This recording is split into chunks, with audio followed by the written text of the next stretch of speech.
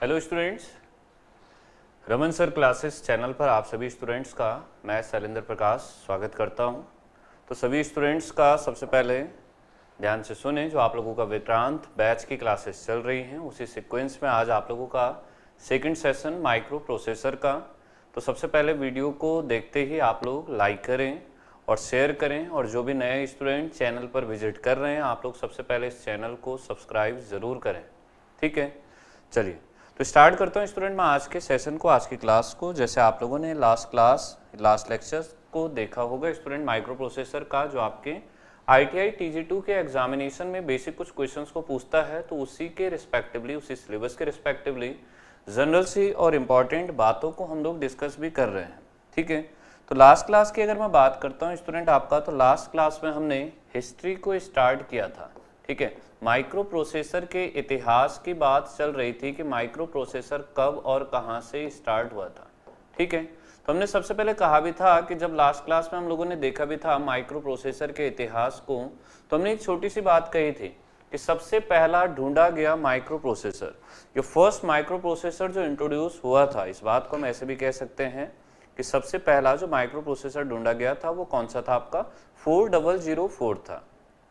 ठीक, पहली बात। दूसरी बात आती है स्टूडेंट आप लोगों की कि यहीं से जब हमने डिस्कस किया था कि 4004 तो पहला माइक्रो प्रोसेसर था, पर किसने इसका इन्वेंशन किया था। ठीक है, वो कौन सी कंपनी थी जिसने इसे इन्वेंट किया था। तो फिर दिमाग में डायरेक्टली बात आती है कि सबसे ज़्यादा इंटीग्रेटेड सर्किट बनाने वाली कंपनी, सबसे ज़्यादा आईसीज बनाने वाली जो कंपनी है, जिसका हमने नाम भी देखा था, क्या था आपका, इंटेल था। तो इंटेल कॉरपोरेशन ने इसका इन्वेंशन किया था, इसका आविष्कार किया था। ठीक है, कितने बिट का था, 4 बिट का माइक्रो प्रोसेसर था। किस ईयर में इन्वेंट किया था, 1971 में इसकी खोज की गई थी। जो सबसे पहला माइक्रो प्रोसेसर था वो 4 बिट का था। 1971 में किसने ढूंढा था, आपका इंटेल, आपकी जो कॉरपोरेशन कंपनी है इंटेल कॉरपोरेशन, उसने इसका आविष्कार किया था। फिर अगली बात आती है स्टूडेंट आप लोगों की, जो अगला क्वेश्चन पूछता है कि किस तकनीकी पर आधारित था, किस टेक्नोलॉजी पर बेस्ड था। तो दिमाग में डायरेक्टली बात आती है, लास्ट क्लास में लिखवाया भी था कि पीमॉस टेक्नोलॉजी, पीमॉस तकनीकी पर आधारित था। ये टेक्नोलॉजी बोलने का मतलब क्या आपका फैब्रिकेशन टेक्नोलॉजी से है, कि फैब्रिकेट करने का मतलब क्या होता है कि किसी भी इलेक्ट्रॉनिक या किसी भी इलेक्ट्रॉनिक कंपोनेंट या डिवाइस को बनाने की, मैन्युफैक्चर करने की जो प्रोसेस होती है वही क्या होती है, आपकी फैब्रिकेशन होती है। ठीक है, फिर बात आई थी स्टूडेंट आपकी कि 4 बिट का माइक्रो प्रोसेसर होता है, कहने का मतलब एक समय पर ज्यादा से ज्यादा 4 बिट के डेटा को ही प्रोसेस करवा सकता है। ठीक है, तो जितने आपके क्या होते हैं, जितने बिट सपोर्टेबल माइक्रो प्रोसेसर होता है, उतनी ही वहां पर क्या होती हैं, डेटा लाइंस या डेटा बस या फिर डेटा वायर्स आपको कह सकता है। तो कितनी होती हैं आपकी, 4 होती हैं। फिर यहीं से अगली बात आई थी स्टूडेंट आप लोगों की कि एड्रेस लाइंस या एड्रेस बसेस कितनी होती हैं, 10 होती हैं। 640 किलो बाइट का इसका क्या होता है, मैक्सिमम एड्रेसेबल मेमोरी होती है, कि ज्यादा से ज्यादा उतनी मेमोरी आप क्या करवा सकते हैं, यहाँ पर एड्रेस करवा सकते हैं। ठीक है, इतिहास में ही आगे अगर मैं बढ़ता हूँ स्टूडेंट, अब आप लोगों का अगला पड़ाव आगे अगर मैं देखता हूँ, अभी तक हमने सिर्फ क्या बात देखी थी, सबसे पहला माइक्रो प्रोसेसर देखा था जो 1971 में इन्वेंट हुआ था। ठीक है, अच्छा हाँ, एक और चीज है, 640 किलोबाइट, शायद मैं बोल दिया 640 बाइट है, वहां किलोबाइट नहीं है, तो थोड़ा सा इस बात पर ध्यान दें, वो किलो बाई मिस्टेक बोल दिया है, तो 640 बाइट है। ठीक है, अब अगला जो क्वेश्चन आता है स्टूडेंट आप लोगों का, अब उस हेडिंग को हम लोग देखते हैं। ठीक है, सबसे पहला तो क्वेश्चन यही आता है कि सबसे पहला माइक्रो प्रोसेसर कौन सा था। दूसरी बात आती है स्टूडेंट आप लोगों की कि सबसे पहला 8 बिट का माइक्रो प्रोसेसर। ठीक है, क्या कहा है स्टूडेंट आपका, ध्यान से देखें, सबसे पहला 8 बिट का माइक्रो प्रोसेसर। ठीक है, 8 बिट का माइक्रो प्रोसेसर, तो सबसे पहला 8 बिट का माइक्रो प्रोसेसर। अगली बात को अब ध्यान से देखें, फटाफट से मेरे साथ हेडिंग लिखें, साथ साथ लिखते रहें और चीज़ों को बोलते हुए समझते रहें, जोर जोर से बोलते रहें ताकि दिमाग में ये बातें बैठती रहें। हमने क्या कहा, सबसे पहला और कितने बिट की बात चल रही है, 8 बिट की माइक्रो प्रोसेसर की बात चल रही है। फर्स्ट 8 बिट्स माइक्रो प्रोसेसर, कि सबसे पहला 8 बिट का माइक्रो प्रोसेसर कौन सा था, कब आया था, किसने इन्वेंट किया था, इन सारी बातों को देखते हैं। सबसे पहला जो 8 बिट का माइक्रो प्रोसेसर था स्टूडेंट आपका, सबसे पहले मैं इसका नाम आप लोगों को बता देता हूं कि कौन सा माइक्रो प्रोसेसर, सबसे पहले खोजा गया था। ठीक है, तो इसका नाम था स्टूडेंट आप लोगों का माइक्रो प्रोसेसर 8008 8008। ठीक है, माइक्रो प्रोसेसर 8008 क्या था आपका? सबसे पहला 8 बिट का माइक्रो प्रोसेसर था। किस सन में इसका आविष्कार हुआ था? 1971 में सबसे पहला micro processor, first micro processor आया था। इसका आविष्कार हुआ था स्टूडेंट आप लोगों का 1972 में। ठीक है, कब आविष्कार हुआ, कब इन्वेंशन हुआ इसका? 1972 में। ठीक है, किसने बनाया था स्टूडेंट इसे? तो यहाँ भी बात आती है कि इसे भी किस कंपनी ने बनाया था? इंटेल कॉरपोरेशन ने बनाया था। ठीक है, ये इसका आविष्कार भी किसने किया था? इंटेल कॉरपोरेशन कंपनी ने किया था। ठीक है, अगली बात आती है कि ये कितने बिट का होता है? तो हमने पहले ही कहा कि कितने बिट का होता है आपका? 8 बिट का होता है।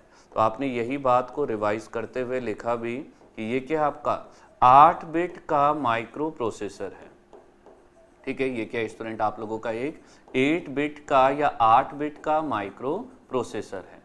ठीक है, अब 8 बिट का माइक्रो प्रोसेसर कहने का मतलब क्या है कि अगर ये 8 बिट का है, इसका मतलब यहाँ पर डाटा लाइंस की संख्या या डेटा लाइंस या डेटा बसेस की संख्या, तो डाटा लाइन की संख्या, ठीक है, या डाटा लाइंस की संख्या कि कितनी डेटा लाइंस यहाँ पर होती हैं। तो डेटा लाइंस की अगर मैं बात करता हूँ तो कितनी होती हैं? जितने बिट ये सपोर्ट करता है, मैक्सिमम जितने बिट्स को सपोर्ट करता है, तो 8 को सपोर्ट करता है। तो इसका मतलब यहाँ पर जो डेटा लाइन आएगी स्टूडेंट आप लोगों की वो कितने आएगी? 8 आएगी। फिर ऐसे ही आता है स्टूडेंट आप लोगों का एड्रेस लाइंस या एड्रेस बसेस की संख्या। ठीक है, तो यहाँ से मैंने कहा एड्रेस बसेस कहिए, बस लाइन या वायर एक ही चीज होती है। तो एड्रेस बसेस की संख्या। ठीक है, तो एड्रेस लाइन कितनी होती है स्टूडेंट आपकी? एड्रेस लाइन होती है यहाँ पर 14।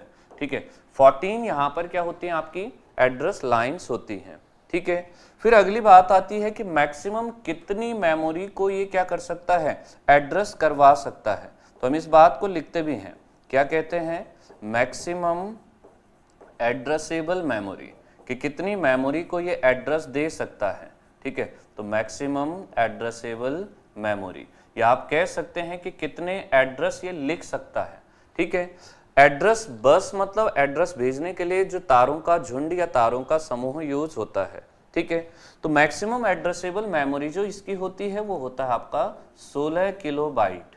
ठीक है, KB लिखा होगा या किलोबाइट डायरेक्टली लिखा होगा। तो 16 किलोबाइट क्या होती है? Maximum addressable memory.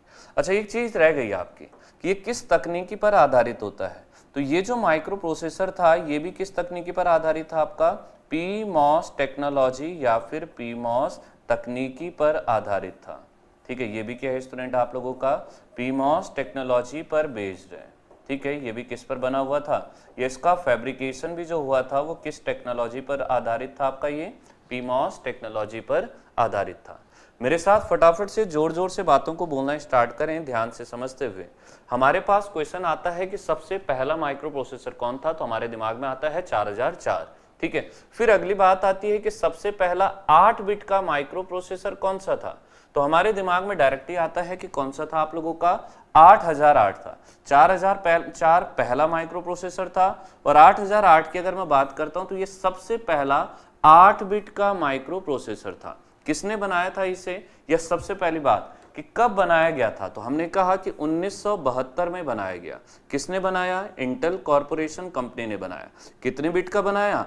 8 बिट का बनाया। डेटा लाइंस कितनी होती है यहाँ पर? आपने कहा कि नंबर ऑफ डेटा लाइन कितनी होती है आपकी? 8 होती है। ठीक है, एड्रेस लाइन कितनी होती है? एड्रेस बस कितनी होती है? 14 होती है।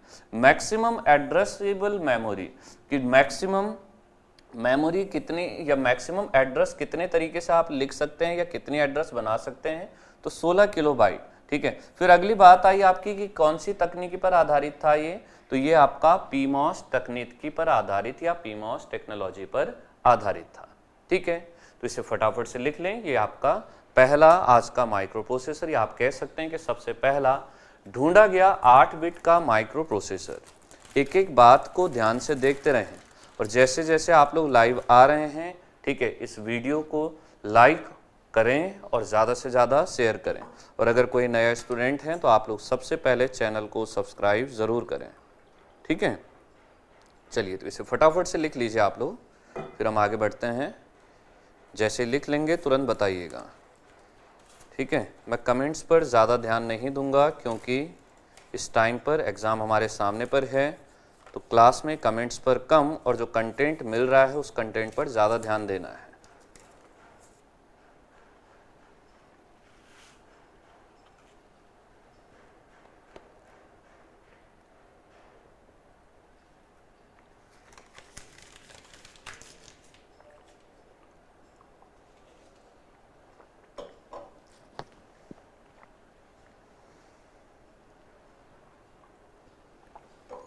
लिख लिया, ठीक है। तो अब दिमाग में कहीं ना कहीं बात आती है, ठीक है, एक बात अक्सर दिमाग में आती है, वो क्या आती है, अब देखिएगा।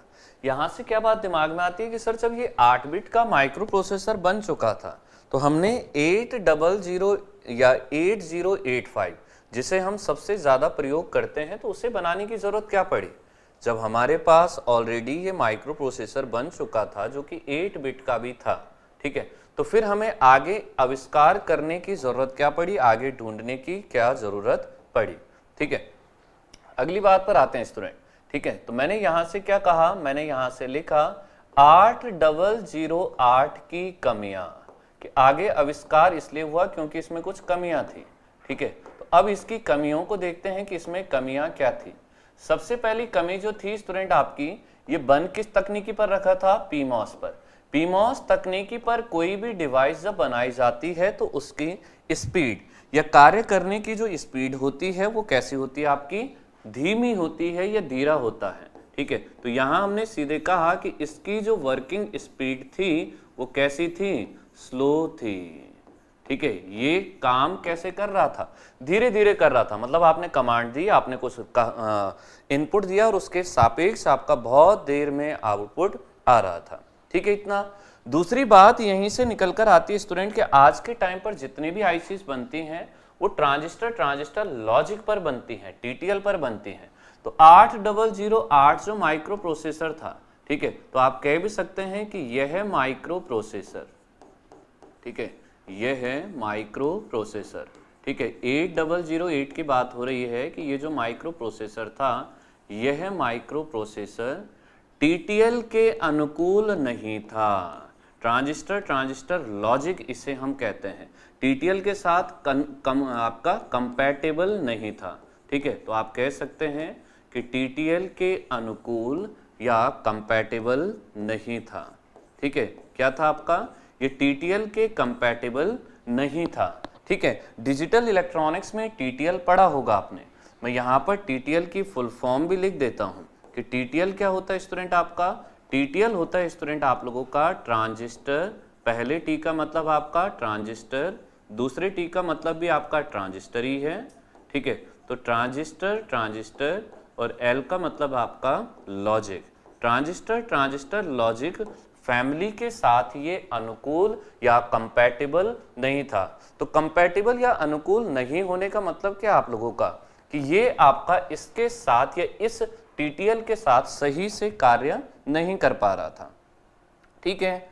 अगली कमी की तरफ मैं बढ़ता हूं स्टूडेंट आपकी। तो अगली कमी को जब हम देखते हैं, ठीक है, तो इस माइक्रो प्रोसेसर में डिजाइन लिमिटेशंस बहुत ज्यादा थी, ठीक है। तो उन डिजाइन लिमिटेशंस मतलब आप कुछ इसमें वेरिएशन नहीं कर सकते बहुत आसानी से, तो उन डिजाइन लिमिटेशंस के कारण, उन डिजाइन सीमाओं के कारण ही इसे एक जनरल पर्पस माइक्रो प्रोसेसर की तरह कभी यूज नहीं किया गया, ठीक है। तो आप कह भी सकते हैं कि डिजाइन लिमिटेशन के कारण, ठीक है। अगली बात आती है कि डिजाइन लिमिटेशन, ठीक है, डिजाइन लिमिटेशंस के कारण, ठीक है, डिजाइन लिमिटेशंस के कारण इसे, डिजाइन लिमिटेशन के कारण इसे एक जनरल पर्पस मतलब जिसे कहीं भी यूज किया जा सकता है, इसे एक जनरल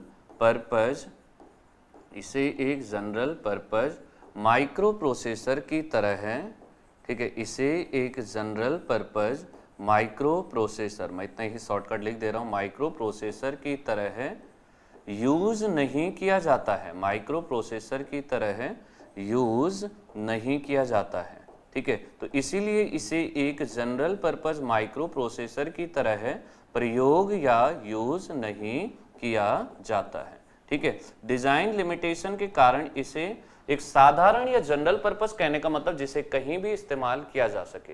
तो इस माइक्रो प्रोसेसर को ऐसे आप कहीं भी यूज नहीं कर सकते, मतलब कि कुछ स्पेसिफिक ही ऐसा एरिया होगा जहां आप इसे प्रयोग कर सकते हैं।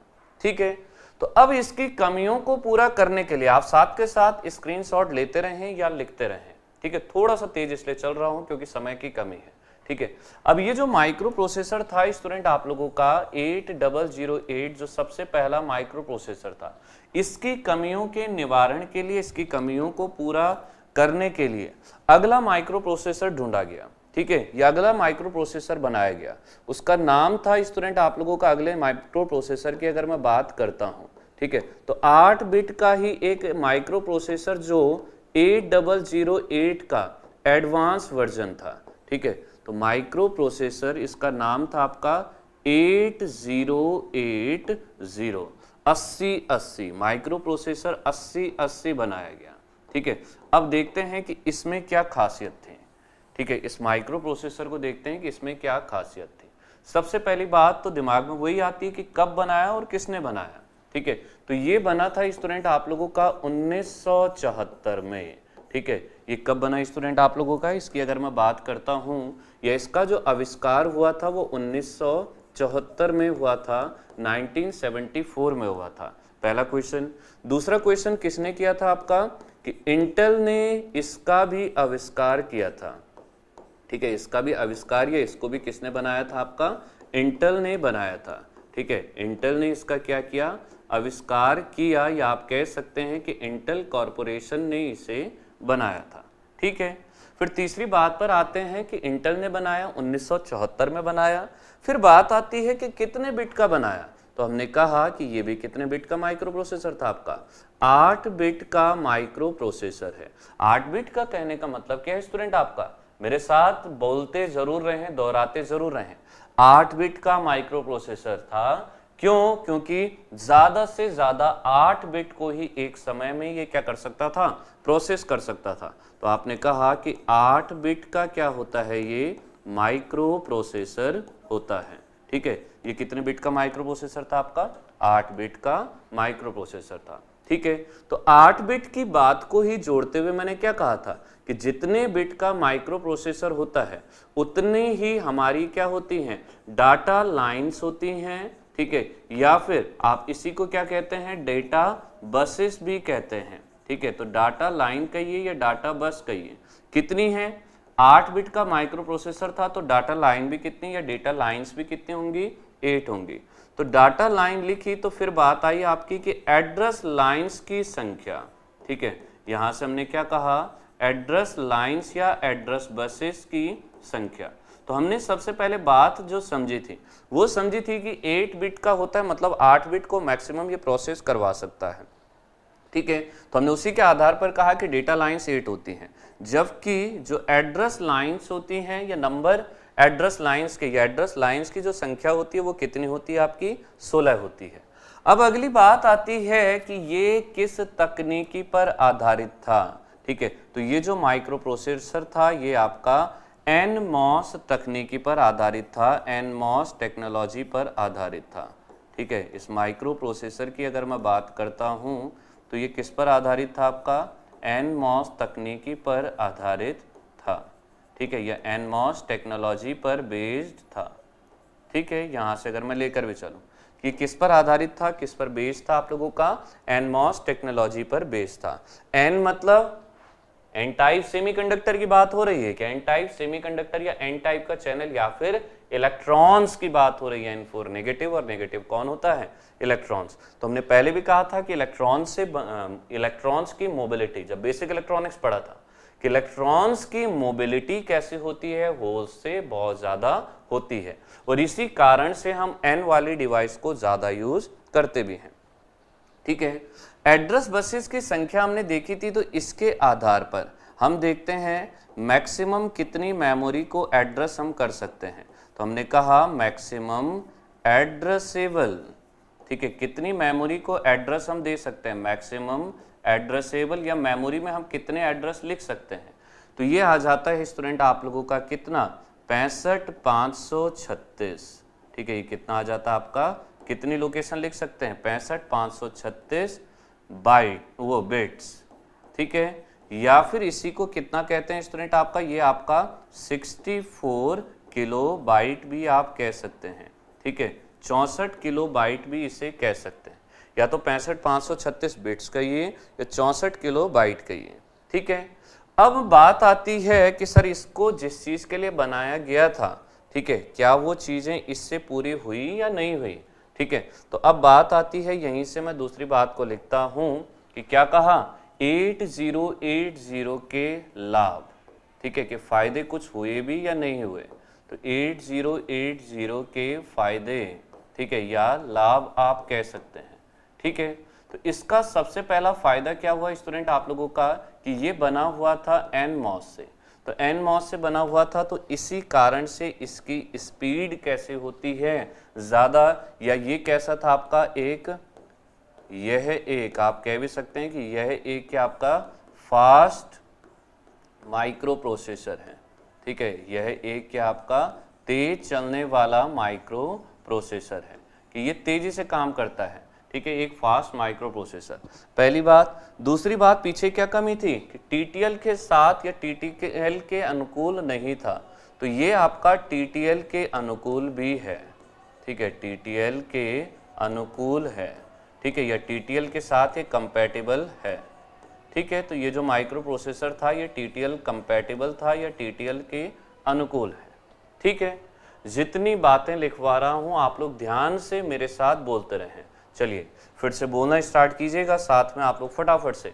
सबसे पहले क्या कहा आपका कि माइक्रो प्रोसेसर 8080 80 की बात कर रहा हूं, कब बनाया गया, जोर से बोलें, 1974 में। किसने बनाया, इंटेल ने बनाया। कितने बिट का बनाया, 8 बिट का बनाया था इसे। 8 बिट का मतलब कि डेटा लाइन कितनी है मेरी, नंबर ऑफ डेटा बसेस कितनी है, 8 है। फिर अगली बात आई कि डेटा बसेस 8 हैं, तो एड्रेस बस कितनी है, एड्रेस बस 16 है। किस तकनीकी पर आधारित था ये, फिर बात आई कि ये आपका NMOS तकनीकी पर आधारित था। फिर बात आई कि मैक्सिमम कितने एड्रेस को ये लिख सकता है, तो हमने कहा 65,536 बिट्स या फिर 64 किलो बाइट को ये लिख सकता है, ठीक है।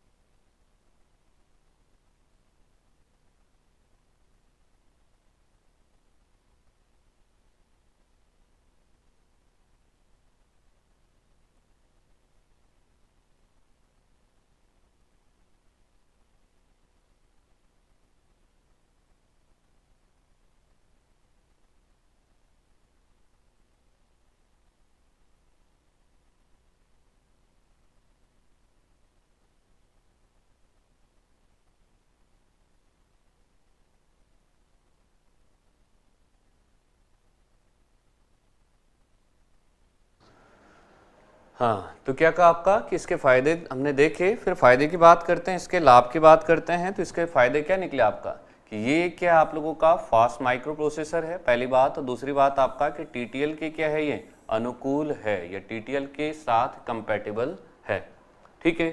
तो ये कहानी आई किसकी स्टूडेंट, आप लोगों की 8080 माइक्रो प्रोसेसर की, 8080 माइक्रो प्रोसेसर की, ठीक है। यहीं से आगे अगर मैं बढ़ता हूँ, यहीं से आगे अगर हम लोग अब देखते हैं, बात आई कि यहाँ तक भी जो चीज़ें थी या जो डिज़ायर थी वो अभी भी पूरी नहीं हो पा रही थी। तो इसीलिए अब 80 में थोड़ा सा एडवांस और किया गया। और अगला जो माइक्रो प्रोसेसर आया उसके लिए जो हमें एग्जामिनेशन में डायरेक्ट क्वेश्चन पूछता है वो है आपका सबसे ज्यादा प्रयोग होने वाला 8 बिट का माइक्रो प्रोसेसर। ठीक है, सबसे ज्यादा प्रयोग होने वाला। ठीक है, यहां से क्या कहा, सबसे ज्यादा प्रयोग होने वाला। ठीक है, सबसे ज्यादा प्रयोग होने वाला 8 बिट का माइक्रो प्रोसेसर, सबसे ज्यादा प्रयोग होने वाला 8 बिट का माइक्रो प्रोसेसर। ठीक है, 8 बिट का माइक्रो प्रोसेसर। ठीक है, तो यहाँ से हमने क्या कहा, इस बात को अगर हम देखते भी हैं, इस बात को अगर हम लेकर भी चलते हैं, ठीक है, तो मैंने सिंपल सी बात क्या कही आपको कि इसे ध्यान से देखेगा। क्वेश्चन डायरेक्टली मैं आपकी हेडिंग में ही लिखा दिया कि सबसे ज्यादा प्रयोग होने वाला माइक्रो प्रोसेसर, वो 8 बिट का माइक्रो प्रोसेसर। ठीक है, कि सबसे ज्यादा जो माइक्रो प्रोसेसर 8 बिट का प्रयोग किया गया, या आज भी सबसे ज्यादा जिसे हम 8 बिट के लिए 8 बिट के लिए प्रयोग करते हैं, वो कौन सा माइक्रो प्रोसेसर है। तो सबसे पहले बात दिमाग में आती है इसके क्वेश्चन की कि सबसे ज्यादा प्रयोग होने वाला 8 बिट का जो माइक्रो प्रोसेसर है वो है आपका माइक्रो प्रोसेसर 8085। ठीक है, तो लिखिएगा मेरे साथ कि सबसे ज्यादा 8 बिट का जो माइक्रो प्रोसेसर प्रयोग हुआ, ठीक है, वो कौन सा आपका माइक्रो प्रोसेसर 8085, 8085 माइक्रो प्रोसेसर जिसे हम कहते हैं। 8 बिट का एक ऐसा माइक्रो प्रोसेसर था जो सबसे ज्यादा प्रयोग किया गया। ठीक है, दूसरी बात आती है कि ये कब बनाया गया। ठीक है, तो ये बनाया गया था आप लोगों का किस ईयर में, ये बना था स्टूडेंट आपका, ये इसका आविष्कार जो हुआ था सन 1976 में इसका आविष्कार हुआ था। 1976 में इसका क्या हुआ था, इन्वेंशन हुआ था। दूसरी बात को अगर हम लोग देखते हैं कि 1976 में इसका आविष्कार हुआ, ठीक है, किस कंपनी ने बनाया था, तो बात नाम दिमाग में आता है कि ये भी किसके कारस्तानी थी, इंटेल ने इसे बनाया था। ठीक है, किसने बनाया था इसे, इंटेल कॉरपोरेशन ने या इंटेल ने इसे बनाया था। ठीक है, कि ये भी किसने आविष्कार किया था, आपका इंटेल ने आविष्कार किया था। अगली बात आती है कि ये कितने बिट का था, तो वो बात हम पहले लिख चुके हैं कि ये एक 8 बिट का माइक्रो प्रोसेसर है। ठीक है, ये कितने बिट का माइक्रो प्रोसेसर है, 8 बिट का। 8 बिट का कहने का मतलब कि एक समय पर ज्यादा से ज्यादा कितने बिट को प्रोसेस करवा सकता है, 8 बिट को प्रोसेस करवा सकता है। ठीक है, तो यहीं से मैंने कहा भी था कि जितने बिट का होगा उतने ही क्या होंगे, आपकी डाटा लाइन होंगी। तो आपने कहा कि डेटा लाइंस की संख्या, ठीक है, या डेटा लाइंस या डेटा बसेस की संख्या। तो डाटा लाइंस की संख्या की अगर मैं बात करता हूं, डेटा लाइंस की अगर मैं नंबर्स की बात करता हूं, ठीक है, तो ये कितने था आप लोगों का, जितने बिट का माइक्रो प्रोसेसर है, 8 बिट का था, तो डेटा लाइंस भी कितनी होंगी आपकी, 8 होंगी।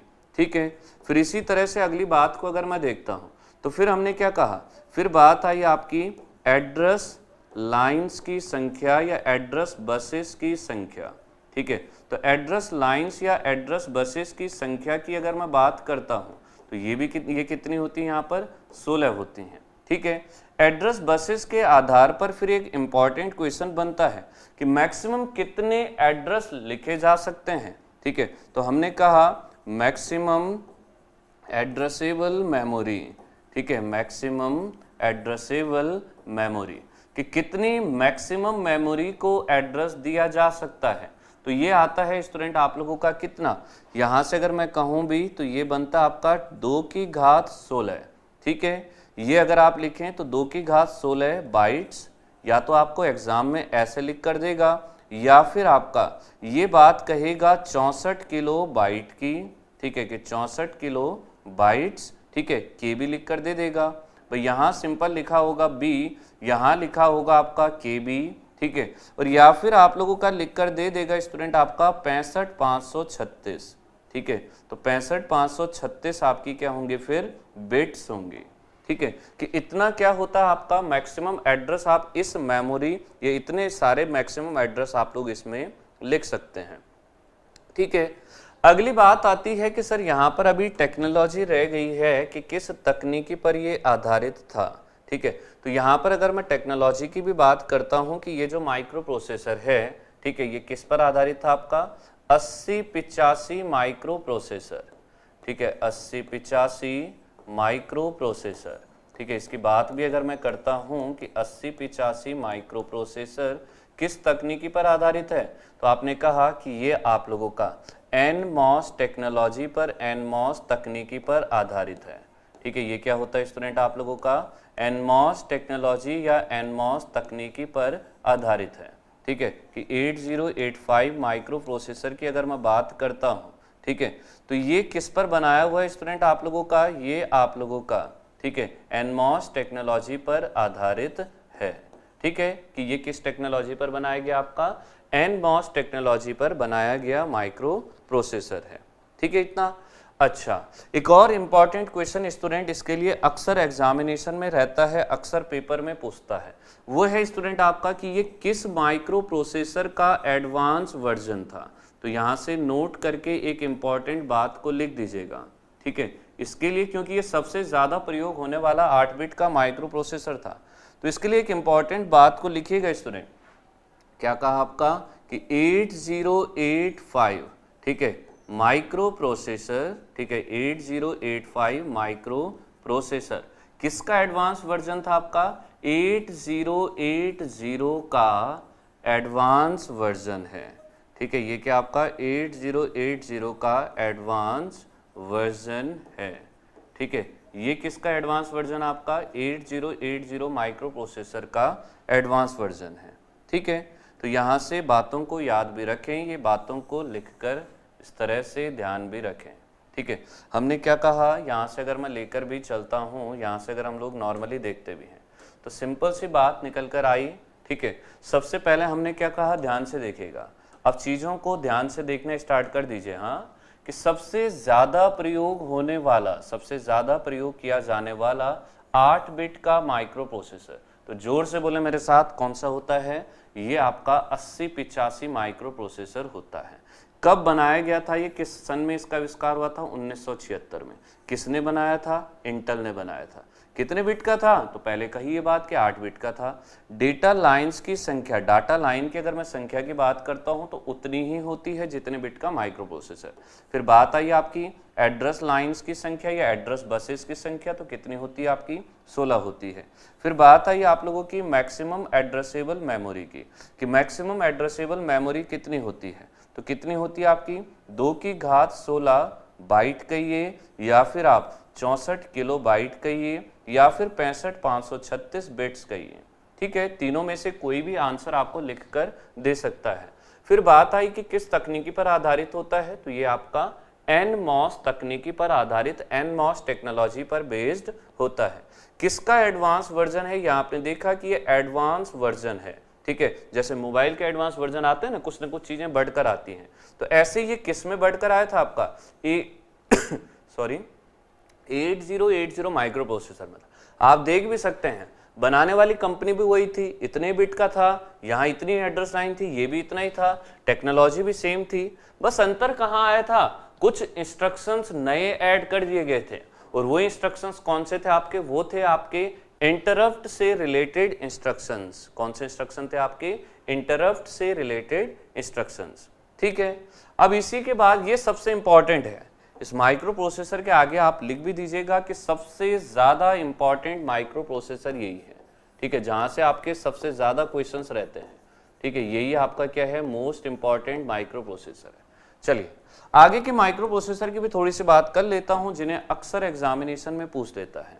तो अगला माइक्रो प्रोसेसर आता है आपका सबसे ज्यादा, ठीक है। यहां से अगर मैं लिखूं भी, सबसे ज्यादा प्रयोग होने वाला, सबसे ज्यादा, ठीक है। अगला क्वेश्चन है आपका सबसे ज्यादा प्रयोग होने वाला, ठीक है, या प्रयोग किया जाने वाला, ठीक है। सबसे ज्यादा प्रयोग होने वाला 16 बिट का माइक्रो प्रोसेसर, सबसे ज्यादा प्रयोग होने वाला 16 बिट का, 16 बिट्स का माइक्रो प्रोसेसर, ठीक है, 16 बिट्स का माइक्रो प्रोसेसर।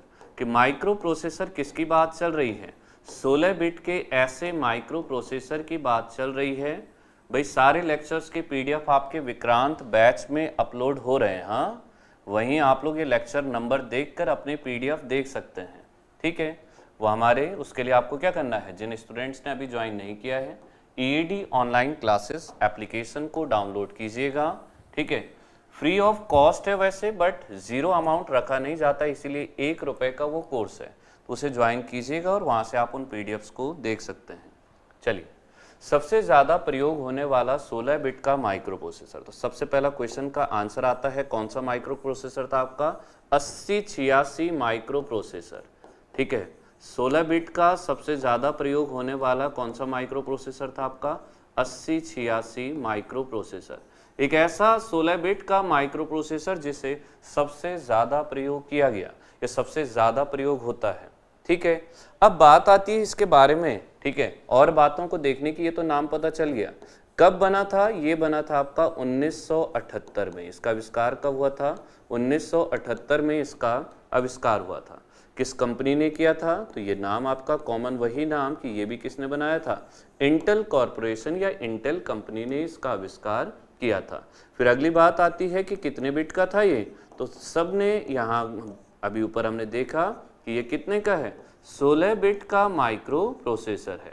कहने का मतलब कि ये एक समय में, ठीक है, ज़्यादा से ज़्यादा कितनी 16 बिट को प्रोसेस करवा सकता है, ठीक है। तो ये कैसा हो गया आपका 16 बिट का माइक्रो प्रोसेसर है। अगली बात को अगर मैं यहीं से देखता हूं कि 16 बिट का माइक्रो प्रोसेसर है, तो अब यहीं से हमने क्या कहा था, डाटा लाइंस की संख्या उतनी ही होती है जितने का या जितने बिट का माइक्रो प्रोसेसर होता है। तो हमने यहाँ से कहा डाटा लाइंस की संख्या, तो आपने कहा कि कितने बिट का है, 16 बिट का, तो हमने यहाँ से साफ साफ लिखा कि कितनी होती हैं डेटा लाइन, 16 होती हैं। अगली बात आई हमारी एड्रेस लाइंस की, ठीक है, कि एड्रेस बसेस या एड्रेस लाइंस कितने होते हैं, तो हमने आगे लिखा यहाँ से एड्रेस बसेस की संख्या या एड्रेस लाइंस की संख्या। तो एड्रेस बसेस या एड्रेस लाइंस की जो संख्या होती है वो कितनी होती है आपकी, 20 होती है, ठीक है। फिर अगली बात आती है, एक इंपॉर्टेंट क्वेश्चन भी आपका, कि कितने एड्रेस आप मेमोरी लोकेशंस के लिए अलग अलग लिख सकते हैं। तो हमने कहा मैक्सिमम एड्रेसेबल मेमोरी, ठीक है, कि मैक्सिमम कितने एड्रेस में मेमोरी को लिख सकते हैं, तो यहाँ पर आ जाता आपका 1 MB। MB का मतलब क्या होता है आपका, मेगाबाइट, ठीक है। ये क्या होता है स्टूडेंट आपका, मेगाबाइट, कि एक बाइट वो मेगाबाइट मेमोरी लोकेशन में आप क्या कर सकते हैं, यहाँ पर एड्रेस लिख सकते हैं। अगला महत्वपूर्ण क्वेश्चन कि किस तकनीकी पर आधारित है, तो ये होता है स्टूडेंट आप लोगों का HMOS तकनीकी पर आधारित, सॉरी, ठीक है, ये किस तकनीकी पर आधारित है आपका, HMOS तकनीकी पर आधारित, ठीक है। ये किस टेक्नोलॉजी पर आप लोगों का HMOS तकनीकी पर आधारित है, ठीक है, या किस टेक्नोलॉजी पर बेस्ड था, ये HMOS टेक्नोलॉजी पर बेस्ड था।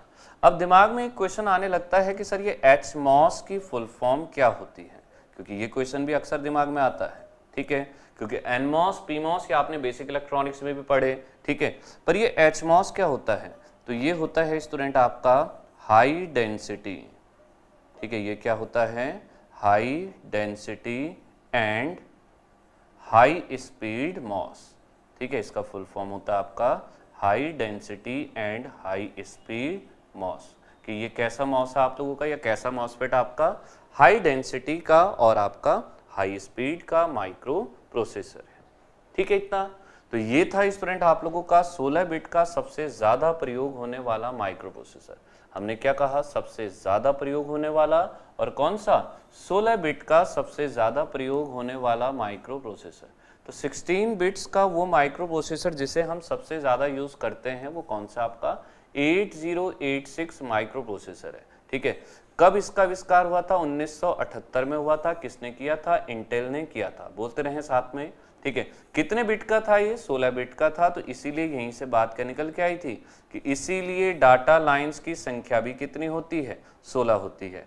फिर अगली बात आई यहीं से कि एड्रेस लाइन कितनी होती है, एड्रेस बसेस कितनी होती हैं, 20 होती हैं। मैक्सिमम कितनी मेमोरी लोकेशन है, कितने मेमोरी एड्रेस लिख सकते हो आप, 1 मेगाबाइट के एड्रेस को लिख सकते हो, ठीक है। फिर बात आई कि किस टेक्नोलॉजी पर बेस्ड था, तो आपने कहा कि HMOS टेक्नोलॉजी पर बेस्ड था, ठीक है। फिर बात आई अगली कि HMOS की फुल फॉर्म क्या होती है, तो ये होता है आपका high density and high speed MOSFET, ठीक है। तो ये था स्टूडेंट आप लोगों का इस तरह से माइक्रो प्रोसेसर का इतिहास। ठीक है, जनरली जो सबसे ज्यादा चीजें पूछता है आपको यही पूछता है। सबसे पहला कौन सा था, 4004 था, 4004 था। फिर उसके बाद सबसे पहला 8 बिट का कौन था, 8008 था। ठीक है, सबसे ज्यादा 8 बिट का कौन प्रयोग हुआ, 8085 हुआ, 8085 हुआ। सबसे ज्यादा 16 बिट का कौन प्रयोग हुआ, 8086 हुआ, 8086 हुआ। ठीक है, तो ये हो गया स्टूडेंट आप लोगों का इस तरह से माइक्रो प्रोसेसर का इतिहास। चाहे तो आप लोग इसका स्क्रीनशॉट भी ले सकते हैं। ठीक है, अब अगली बात आती है स्टूडेंट आप लोगों की, यहीं से आगे अगर मैं बढ़ता हूं, ठीक है, तो नेक्स्ट जो बात आती है स्टूडेंट आप लोगों की वो है आपकी माइक्रो प्रोसेसर में गणना। ठीक है, ध्यान से देखिएगा माइक्रो। ठीक है, यहां से अब अगर हम लेकर भी चलते हैं तो अगले चैप्टर को लिखिएगा स्टूडेंट आप लोग फटाफट से, माइक्रो प्रोसेसर में गणना। ठीक है, कि कैसे माइक्रो प्रोसेसर में हम लोग कैलकुलेशंस को करते हैं या माइक्रो प्रोसेसर की गणना को करते हैं। तो ये देखिएगा स्टूडेंट, यहाँ से हमने क्या कहा, micro processor, micro processor, micro processor में गणना, माइक्रो प्रोसेसर में गणना, माइक्रो प्रोसेसर में गणना व इसकी इकाई, यूनिट्स की बात करते हैं। ठीक है, माइक्रो प्रोसेसर में गणना व इकाई। तो क्या कहा स्टूडेंट आपका, इंग्लिश वाले स्टूडेंट लिख लें कि measurement in micro processor and units. ठीक है, तो आप इस तरह से भी कह सकते हैं कि measurement and units in micro processor, कि माइक्रो प्रोसेसर में गणना व मात्रक। ठीक है, तो ऐसे भी आप कह सकते हैं। फटाफट से चैप्टर का नाम लिखें, फिर इसके बारे में बेसिक बातों को हम लोग देखते हैं। ठीक है, ये हो गया आपका माइक्रो प्रोसेसर में गणना व इकाई। ठीक है, अब देखते हैं स्टूडेंट, यहाँ से अब स्टार्ट करते हैं अपने चैप्टर को कि माइक्रो प्रोसेसर में गणना और इकाई की बात चल रही है तो कैसे होती है। आपको अक्सर पूछता है आप लोगों का कि 4 बिट के समूह को क्या कहते हैं, 8 बिट के समूह को क्या कहते हैं, 16 बिट के समूह को क्या कहते हैं। ठीक है, इन चीज़ों को, इन बातों को अक्सर आप लोगों के एग्जाम में पूछता भी, इन बातों को अक्सर आपके पेपर में पूछता भी है। ठीक है, तो आप लोगों को यहाँ से कैसे लिखना है स्टूडेंट, आपका एक छोटी सी टेबल बनवा देता हूँ, उसी टेबल में सब कुछ लिखवा देता हूँ। यह आ जाएगा आपका सीरियल नंबर, यह आ जाएगी आपकी समूह या बिट्स का ग्रुप आपका। ठीक है, और ये आ जाएगा उसका नाम। चलिए, तो यहाँ से इसको फटाफट से बना लेते हैं। ठीक है, इसको डिज़ाइन कर लें। ठीक है, देखिएगा यहाँ से अगर हम लेकर चलते हैं इसे, तो हमने पहले क्या कहा, आपका नंबर ऑफ बिट्स आ जाएंगी आपकी, कि बिट्स की या ग्रुप कितने का है वो आ जाएगा आपका, और फिर इसका नाम आ जाएगा। ध्यान से देखते हुए चलें एक एक चीज़ को। ठीक है, और इस तरह से समझना है कि दोबारा रिवाइज यही ना करना पड़े। ठीक है, दोबारा जब भी आप करें तो डायरेक्टली क्वेश्चन प्रैक्टिस को करें। चलिए, सबसे पहले मैंने क्या कहा स्टूडेंट, आपका सीरियल नंबर यहाँ से देख लेते हैं। ठीक है, फिर मैंने क्या कहा स्टूडेंट, आपका बिट्स के समूह की बात हो रही है। ठीक है, तो यहाँ आप चाहो तो ग्रुप ऑफ बिट्स लिख लो। ठीक है, या बिट्स का समूह लिख लो। तो यहाँ हमने कहा ग्रुप ऑफ बिट्स, कि कितने बिट्स का ग्रुप है या कितने बिट्स का समूह होता है, ग्रुप ऑफ बिट्स। ठीक है, फिर बात आई स्टूडेंट आप लोगों की कि यहाँ पर हम यूनिट को कैसे लिखते हैं। ठीक है, तो नेम ऑफ यूनिट, की इकाई का नाम, कि कैसे उसे प्रदर्शित करते हैं। ठीक है, यूनिट का नाम या इकाई का नाम कहिए, या फिर उसे रिप्रेजेंट कैसे करते हैं, उसकी प्रेजेंटेशन को देख लीजिए, रिप्रेजेंटेशन। ठीक है, उसे प्रदर्शित कैसे करते हैं। ठीक, बहुत कुछ ज़्यादा चीज़ें आप लोगों को याद रखने की ज़रूरत नहीं है। बिट के समूह को अगर हम कहेंगे तो हमने क्या कहा आपका, कि अगर आपका अकेला बिट होगा, ठीक है, सिंगल बिट होगा।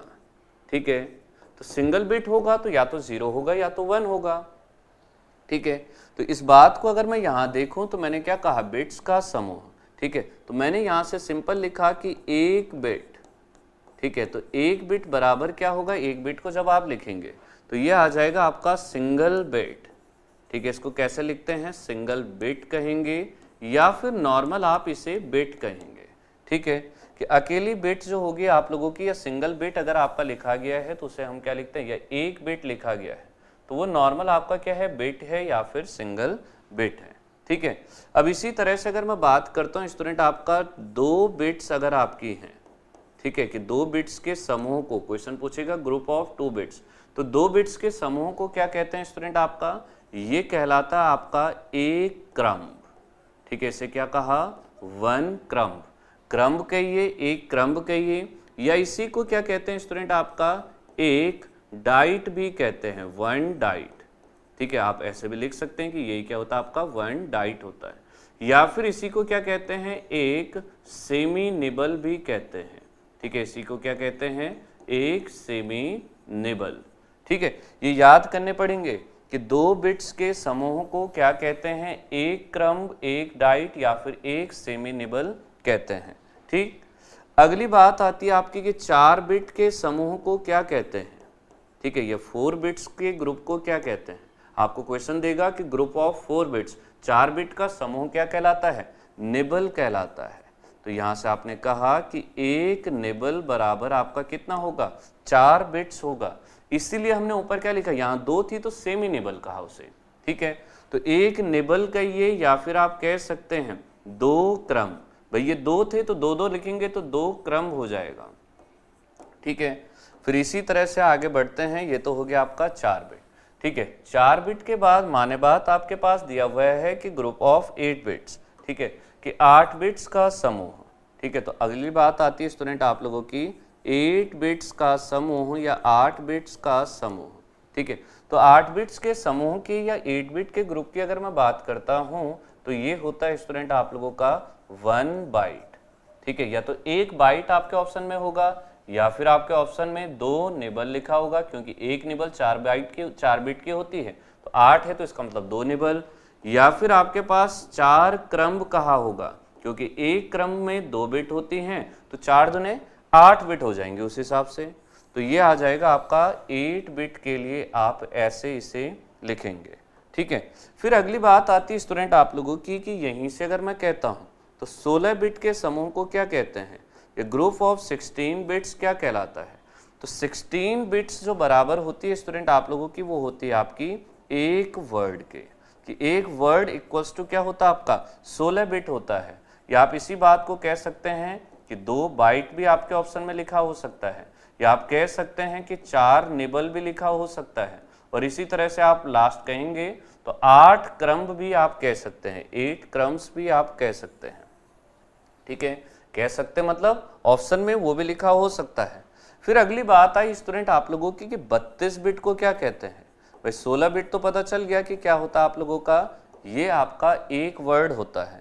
तो 16 बिट की जब बात करते हैं, वो 32 बिट की जब बात करते हैं तो इसे कहते हैं स्टूडेंट आपका डबल वर्ड। ठीक है, इसे क्या कहते हैं, डबल वर्ड कहते हैं। डबल वर्ड कहिए या फिर आप 4 बाइट्स कहिए, कि 4 बाइट्स भी कह सकते हैं, या फिर 8 निबल्स कहिए। भाई 8 से को 32 तभी तो बनेगा, तो 8 निबल्स कहिए। तो इस प्रकार से ये क्या है स्टूडेंट आप लोगों की सबसे पहले बेसिक मेजरिंग यूनिट्स हैं। ठीक है, क्योंकि क्वेश्चन आपको पूछता भी, आपके TG2 में प्रीवियस ईयर में आया हुआ क्वेश्चन भी है कि 8 बिट के समूह को क्या कहते हैं, 16 बिट के समूह को क्या कहते हैं, 4 बिट के समूह को क्या कहते हैं। ठीक है, तो ये आ गया आपका 1 बिट होती है आपकी सिंगल बिट, 2 बिट होती है आपकी क्रम। ठीक है, 4 बिट होती है आप लोगों की निबल। ठीक है, 8 बिट होती है आपकी बाइट्स। ठीक है, फिर बात आती है 16 बिट होती है आपकी वर्ड। ठीक है, और 32 बिट होती है आप लोगों की डबल वर्ड। ठीक है, सबसे ज्यादा जो एग्जाम में पूछा जाता है, जिसे सबसे ज्यादा या जो चीज सबसे ज्यादा देखने को मिलती है, वो है स्टूडेंट आप लोगों की ये 4 बिट्स वाली। ठीक है, कि 4 बिट के समूह को क्या कहते हैं। ठीक है, सबसे ज्यादा एग्जामिनेशन में ये क्वेश्चन रहता है, क्या कहते हैं इसे, इसका नाम विशेष रूप से ध्यान रखें। इसे कहते हैं स्टूडेंट आपका 1 निबल, एक निबल कहते हैं। तो ये निबल वाला जो क्वेश्चन है, आप लोगों ने जिन्होंने एग्जामिनेशन पेपर दिए भी होंगे या प्रीवियस ईयर के क्वेश्चंस देखे होंगे, तो आप लोगों ने देखा होगा कि इसे सबसे ज्यादा पेपर में पूछता है। ठीक है, तो फटाफट से इस टेबल को बना लें और साथ के साथ याद जरूर करते रहें। मुझे ऐसा नहीं है कि कुछ अलग सी बातों को याद करना है, कुछ अलग से देखना है।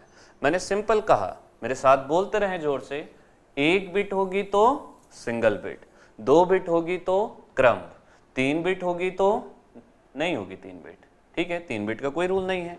फिर क्या कहा, 4 बिट होगी तो फिर आपका निबल, ठीक है, 8 बिट होगी तो बाइट, ठीक है, 16 बिट होगी आपकी तो फिर अगर हम बात करते हैं 16 बिट की तो 16 बिट होगी तो आपका वर्ड, 32 बिट होगी तो आपका डबल वर्ड।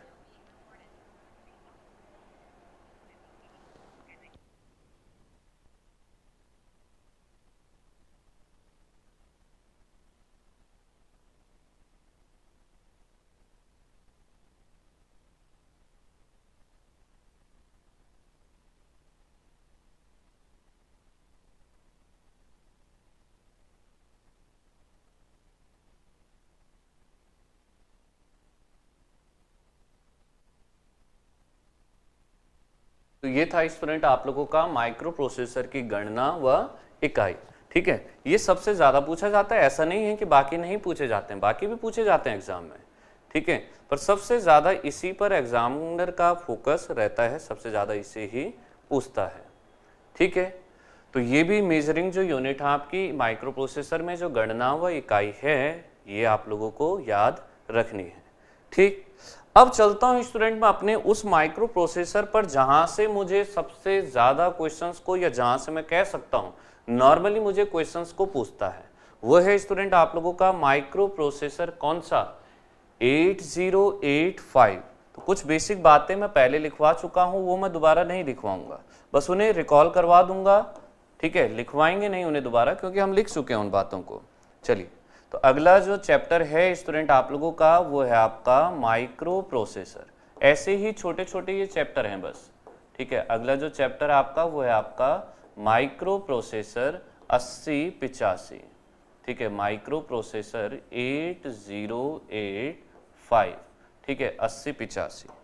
चलिए, तो इसे ध्यान से देखें कि माइक्रो प्रोसेसर 8085 की अगर मैं बात करता हूं तो ये कैसा है, ये देखिएगा, यहां से हमने कहा भी कि नेक्स्ट लिखिएगा माइक्रो प्रोसेसर 8085। अब सभी लोग कॉपी और पेन को रखें अलग और मेरे साथ जोर से बोलना स्टार्ट कर दें। ये माइक्रो प्रोसेसर हमने अभी थोड़ी देर पहले पढ़ा था, ठीक है, अपने नोट्स को खोल के रख दें उस पेज को और मेरे साथ बोलना स्टार्ट करें।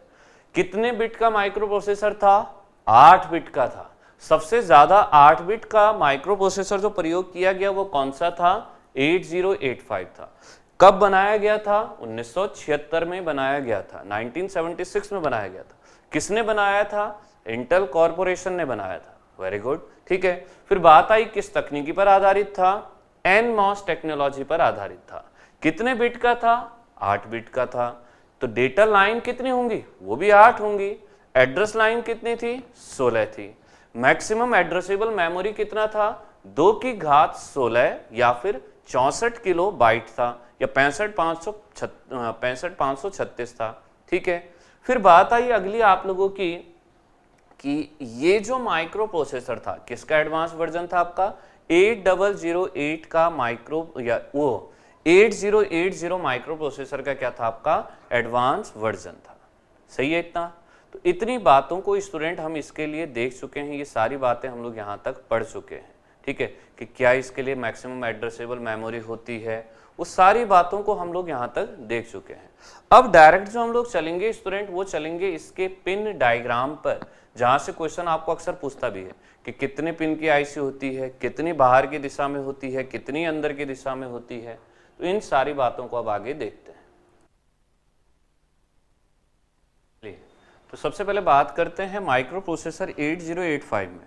हमने पहले भी जब सिलेबस को देखा था तब भी कहा था कि आपको क्या क्या पढ़ना है यहाँ पर, एक तो इंटरनल आर्किटेक्चर, एक एक्सटर्नल आर्किटेक्चर और एक इसके इंटरप्ट।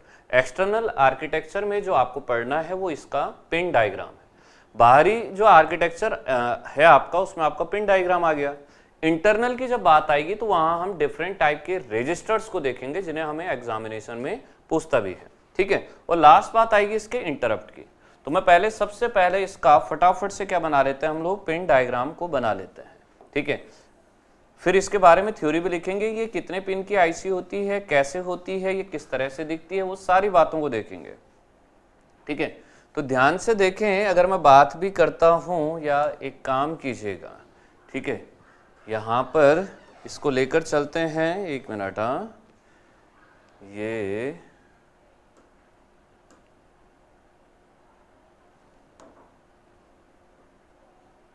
ठीक है, 1 मिनट। हाँ, चलिए ये देखते हैं, यहाँ पर थोड़ा सा स्पेस हमें ज़्यादा दिख रहा है। ये देखिएगा, हमें क्या बनाना है स्टूडेंट, आपका इसका पिन डायग्राम बनाना है। ठीक है, तो पिन डायग्राम में मैं सबसे पहले कुछ बेसिक सी बातें आपको बता देता हूँ कि ये कितने पिन की आईसी होती है स्टूडेंट आपकी। ये जो माइक्रो प्रोसेसर है ये आप लोगों का 40 पिन का आईसी होता है। ठीक है, कितने पिन का आईसी आपका? 40 पिन का आईसी है। ठीक, अब ये 40 पिन कैसे होती हैं ये ध्यान से देखिएगा। ठीक है, मैंने ये कहा कि ये आप लोगों की 20 पिन एक साइड में होती है और 20 आपकी दूसरी साइड में होती है। ठीक है, तो कैसे होती हैं इस बात को ध्यान से देखिएगा। ठीक, ये एक बन गया, फिर ऐसे ही देखते हैं, ये हो गया आपका 2 पिन। ठीक है, इस तरह से आप लोग 40 पिन एक साइड बना लीजिए और 40 दूसरी साइड बना लीजिए। ठीक है, फटाफट से सभी लोग बनाना स्टार्ट कर दें। 40 पिन एक साइड बनाइएगा, 40 दूसरी साइड बनाइएगा। ठीक है, 4 हो गई, 4 और 4, फिर इसी तरह से ये आ जाएंगे आपकी 8। ठीक है, 8 और 8 ये हो गई आप लोगों की 16। ठीक है, और 16 और 16 नहीं। ठीक है, हमें बनानी कितनी है? हमें 20 बनानी है। ठीक है, तो ये 16 हो गई आपकी, तो इसका मतलब 4 और चाहिए हैं, तो ये लग जाएंगे आपकी 40 पिन और 20 पिन। ठीक है, तो 20 पिन एक साइड हो गई, 20 ही आप लोगों को कहाँ लगानी है? दूसरी साइड भी लगानी है। तो सेम 20 पिन आप लोग दूसरी साइड से भी कनेक्ट कर दीजिए। ठीक है, टोटल ये जो आर्किटेक्चर होता है आप लोगों का वो कितने का आपका? ये आपका 40 पिन का स्ट्रक्चर होता है। ठीक है, 40 पिन्स की आईसी ये आप लोगों की जनरली होती है।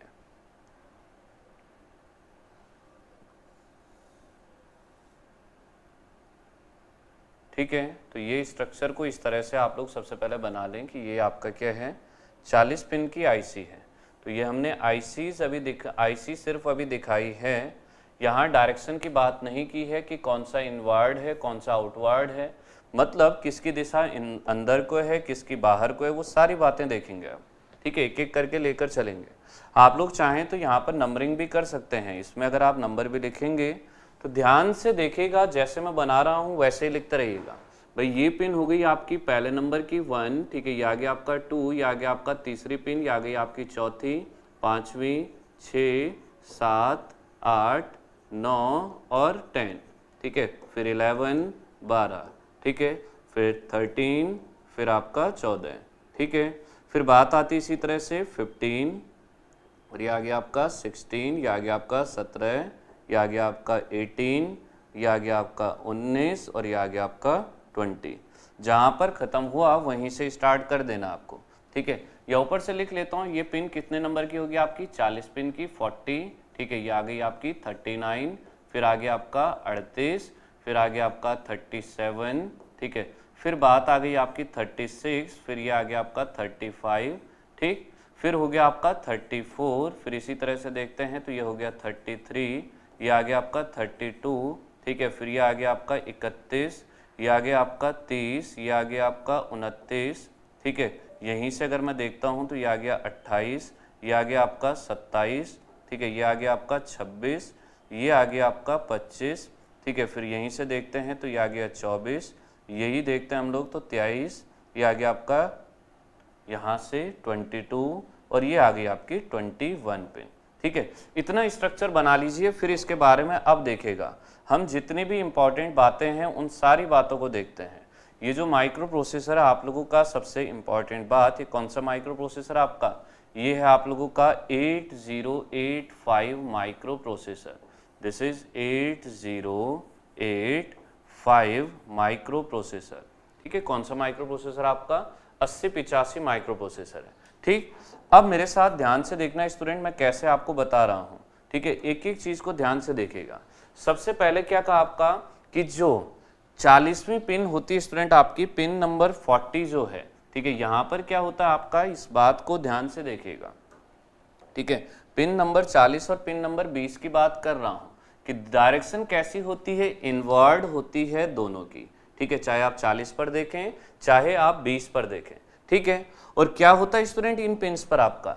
यहाँ अगर मैं बात करता हूँ पिन नंबर 40 पर, ठीक है, तो पिन नंबर 40 पर क्या होता है? हमारी सप्लाई लगती है VCC। ठीक है, पिन नंबर 20 पर अगर मैं बात करता हूँ तो यहाँ लगता है आप लोगों का ग्राउंड। ठीक है, यहाँ से क्या कनेक्ट होता है आपका? ग्राउंड कनेक्ट होता है।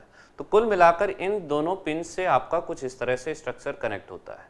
ठीक है, फिर बात आती है स्टूडेंट आप लोगों की इससे ठीक ऊपर जो पिन्स हैं। ठीक है, यहाँ पर अगर मैं लिखता भी हूँ कि जो हमारे 19 से स्टार्ट हैं, ठीक, 8 यहाँ पर क्या रिप्रेजेंट करते हैं, एड्रेस को। तो 1 2 3 4 5 6 7 8, तो कुल मिलाकर कहाँ से स्टार्ट होना आप लोगों का, ये अगर मैं बात भी करता हूँ तो पिन नंबर 11 से स्टार्ट होना है। एड्रेस के लिए एक बात यहाँ से अगर मैं लेकर भी चलो 1 2 3 4 5 6 7 8, सॉरी यहाँ पर कितने पर आ रहा है ये यार, आपका पिन नंबर 12 पर। ठीक है, तो पिन नंबर 12 तक आपके क्या रिप्रेजेंट होंगे, एड्रेस रिप्रेजेंट होंगे। एड्रेस के लिए हमें पता है कि डायरेक्शन कैसी होती है आपकी, बाहर को होती है। ठीक है, तो इन पिंस की अगर मैं दिशा की बात करता हूं, डायरेक्शन की बात करता हूं, तो ऐसे आउटवर्ड डायरेक्शन होगी। ठीक है, बाहर की दिशा आ गई। ये डायरेक्शन को ध्यान से बनाइएगा क्योंकि इस पर बेस्ड भी क्वेश्चन हमें एग्जाम में पूछता है। ठीक है, अब यहाँ अगर मैं लिखता भी हूँ तो मैंने सबसे पहले कहा कि ये पिन नंबर आपका AD0। ठीक है, फिर दूसरी जो पिन है वो है आपका AD1, तीसरी जो पिन है आपकी वो है आपकी AD2, चौथी जो पिन है आप लोगों की वो हो गई AD3, फिर आता आपका AD4, फिर बात आती है आपकी, तो ये बन गया आपका AD5, एड्रेस पिन 5, फिर बात आती है आपकी एड्रेस पिन 6, और फिर बात आती है आपकी एड्रेस पिन 7। तो 0 से लेकर 7 तक हैं जो कि आपके किसको रिप्रेजेंट कर रहे हैं, एड्रेस को रिप्रेजेंट कर रहे हैं। ठीक है, ये आप कह सकते हैं कि एड्रेस पिन्स को। पर अब आप कहेंगे, आपके दिमाग में आता है कि सर ये AD क्यों लिख रहा है, एड्रेस था तो A लिखता। AD लिखने का कारण है कि ये जो पिन्स हैं आपकी, ये एड्रेस का काम भी करती हैं और साथ के साथ डेटा का काम भी करती हैं। इसीलिए ये जो पिन्स होती हैं ये कैसी होती हैं आपकी, बाई डायरेक्शनल होती हैं। बाई डायरेक्शनल मतलब दोनों डायरेक्शन में होती हैं, अंदर को भी होती हैं और बाहर को भी, क्योंकि डेटा अंदर भी जा सकता है और बाहर भी आ सकता है। ठीक है, तो ये आपकी ये 8 पिन कैसी हैं आपकी, बाई डायरेक्शनल है। तो इसका मतलब डेटा भी इन्हीं पिन से जाएगा। तो एक बात तो कंफर्म हो गई कि सर डेटा भी इन्हीं पिन से जाएगा, तो इसका मतलब कि आपका ये 8 डेटा पिन हो गई और कॉमनली ये क्या काम कर रही है, एड्रेस का काम भी कर रही है। अब बात आती है कि सर पर आपने लिखवाया था कि एड्रेस पिन तो 16 होती है, तो बाकी की 8 कहाँ है, बाकी की 8 पिन्स आपकी यहाँ होती है। ठीक है, तो हमें एड्रेस, ये सिर्फ एड्रेस है, 4 5 6 7 और ये 8। ठीक है, ये 8 की 8 कैसी हैं, ये सिर्फ एड्रेस का काम कर रही हैं, ये पिन सिर्फ एड्रेस पिन का काम कर रही हैं। तो इनकी जो दिशा है वो सिर्फ कैसी आपकी, बाहर को है। 7 तक हम वहां आ गए थे, तो ये हो जाएगा आपका, मेरे साथ लिखते रहें, हो सकता है विजुअल ना हो रहा हो सही से। तो ये आ गया आपका A8, ये आ गया आपका A9, ये आ गया आपका A10, address line 10, address line 11, ये आ गया आपका एड्रेस लाइन 12, ये आ गया आपका एड्रेस लाइन 13, ये आ गया आपका एड्रेस लाइन 14, और ये आ गया आपका एड्रेस लाइन 15। ठीक है, तो ये बन गई स्टूडेंट आपकी 8 ये थी और 8 वो आ गई, टोटल 16 आप लोगों की क्या बन गई, एड्रेस लाइंस बन गई। ठीक है, ऐसे ही अब बात आती है कुछ इंपॉर्टेंट पिन्स की इसी सीक्वेंस में। सबसे पहली बात, पिन नंबर 1 और 2 पर, ठीक है, क्या लगा होता आपका, क्रिस्टल ऑसिलेटर लगा होता है जिसकी दिशा अंदर को होती है। ठीक है, और इसीलिए हम यहाँ पर क्या कहते हैं, क्रिस्टल रहता है, तो ये X1 और X2, यहाँ क्रिस्टल ऑसिलेटर इन 2 पिन्स पर लगा हुआ होता है। ठीक है, फिर बात आती है आगे, अगर मैं बढ़ता हूँ कि सीरियल डेटा अगर मुझे ट्रांसफर करवाना है तो एक डेटा आपका आउट होगा और एक डेटा आपका इन होगा। बस 2 ही चीजें तो होती हैं, या तो डेटा इन होगा या तो डेटा आउट होगा। अगर आउट की तरफ है तो ये हो गया SOD, ठीक है, और इनकी तरफ आपका तो ये हो गया SID। इनकी फुल फॉर्म को भी देखेंगे कि क्या फुल फॉर्म होता है। तो SID और या SOD और SID यहाँ पर कनेक्ट होते हैं। फिर बात आती है स्टूडेंट आपकी कि बाकी के जो नीचे, इसके ठीक नीचे चल रहे हैं, यहाँ कनेक्ट होता है स्टूडेंट आप लोगों का इंटरप्ट। ठीक है, डिफरेंट टाइप के इंटरप्ट को यहाँ पर कनेक्ट किया जाता है। इंटरप्ट के लिए हमेशा याद रखिएगा एक बात को कि इंटरप्ट की डायरेक्शन हमेशा कैसी होती है, अंदर को होती है। तो ये इनवर्ड, ये इनवर्ड, ये इनवर्ड, ये इनवर्ड, 1 2 3 4 और 5 इंटरप्ट होते हैं। कौन कौन से होते हैं वो देखते हैं। सबसे पहले हमने कहा कि सबसे पहला आता आपका ट्रैप। ठीक है, फिर आता है आप लोगों का, यहीं से अगर मैं देखता हूँ, RST 7.5, ठीक है। फिर बात आती है आपकी RST 6.5, ठीक है। फिर बात आती है RST 5.5, ठीक है। फिर बात आती है यहीं से, एक मिनट, हाँ, ये कितना आ जाता है आपका RST 5.5, ठीक है। फिर इसी सीक्वेंस में अगर मैं कहता भी हूं तो ये आता आपका INTR, इंटरप्ट रिक्वेस्ट, जिसे हम कहते हैं, जिसके फुल फॉर्म क्या होती है आपकी, इंटरप्ट रिक्वेस्ट होती है, ठीक है। थोड़ा सा, एक मिनट, हाँ, हल्का सा कहीं पर मिस्टेक हो गया है, ठीक है। क्या मिस्टेक हुआ है उस बात को अभी देखते हैं। हाँ, ये सीरियल इनपुट और सीरियल आउटपुट से थोड़ा सा हमने गलत मैच कर दिया है। इसको थोड़ा सा एक काम कीजिएगा, सॉरी, इसको थोड़ा सा, ठीक है। एक पिन रह गई हमारी, ठीक है, वो हमारी थी रिसेट आउट की पिन, वो पिन रह गई है। तो इनको ज़रा इस तरह से हम लोग लिख लेते हैं, ये INTR तक आ जाएगा, ठीक है। ये थोड़ा सा, इसको भी हम लोग शिफ्ट ऐसे कर देते हैं, ठीक है। ये आ जाएगा आपका यहाँ से, ये सीरियल इनपुट डेटा और ये आपका सीरियल आउटपुट डेटा।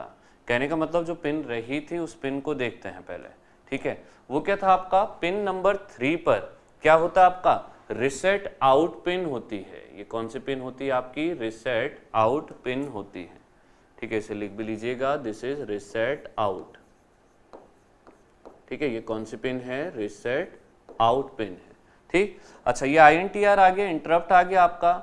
अब इसी के बाद क्या आता है स्टूडेंट आपका, ये तो इंटरप्ट रिक्वेस्ट थी तो ये एक्नॉलेज होता है, ठीक है। तो ये आता है आपका INTA, इंटरप्ट एक्नॉलेजमेंट, ठीक है। ये क्या होता है आपका, इंटरप्ट एक्नॉलेजमेंट होता है। इसके लिए सबसे इंपॉर्टेंट बात याद रखिएगा कि ये एक एक्टिव लो इनपुट है। एक्टिव लो मतलब INTA बार से मैं लिखता हूं कि 0 लॉजिक पर ये एनेबल होगा, ठीक है। एक साइड की सारी पिन्स हमारी हो चुकी हैं। अगली साइड की अगर मैं बात करता हूं स्टूडेंट, तो मैंने सबसे पहले क्या कहा कि सबसे पहले पिन होती है डेटा को होल्ड करवाने के लिए, जिसे हम लिखते भी हैं होल्ड, ठीक है। और फिर दूसरी पिन से देखते हैं इसी का एक्नॉलेजमेंट, तो ये आ जाता आपका HLDA, ठीक है। तो पहले हमने कहा होल्ड और फिर क्या कहा उसका एक्नॉलेजमेंट, होल्ड एक्नॉलेजमेंट, ठीक है, इतना।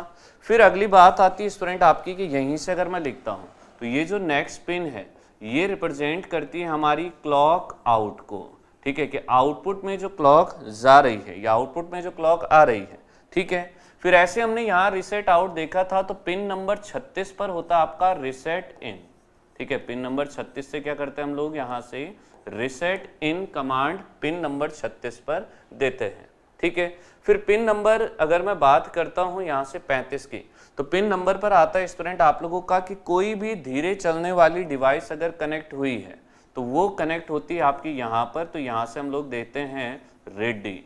रेडी एक ऐसा सिग्नल जनरेट करता है कि कोई भी स्लो या धीरे चलने वाली डिवाइस यहाँ पर कनेक्टेड है, ठीक है, इतना।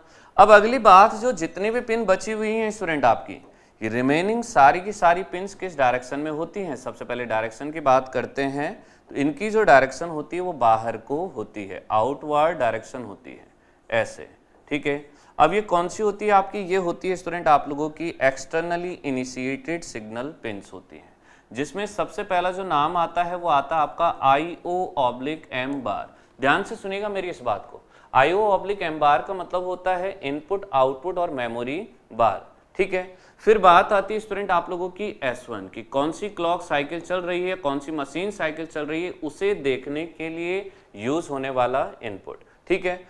फिर आपका अगर कोई डेटा माइक्रो प्रोसेसर से रीड किया गया, रीड बार, या माइक्रो प्रोसेसर से कोई डेटा लिखा गया तो राइट बार, रीड बार, राइट बार। बार लगने का मतलब है कि ये लो लॉजिक पर काम करने वाली पिन है।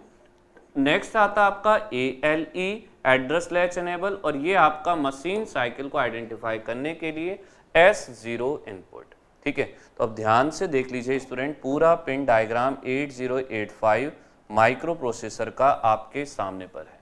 आपको याद क्या क्या चीजें रखनी है वो मैं अब आपको लिखवाऊंगा, ठीक है। आपको कैसे और क्या क्या चीजें याद रखनी है, ठीक है। ये है स्टूडेंट आपका 8085 माइक्रो प्रोसेसर, ठीक है। Complete pin diagram, number of inwards pins या नंबर ऑफ आउटवर्ड पिन, ये जितनी भी चीजें हमें एग्जामिनेशन में पूछता है वो सारी बातें अब हम लोग यहीं से देखेंगे।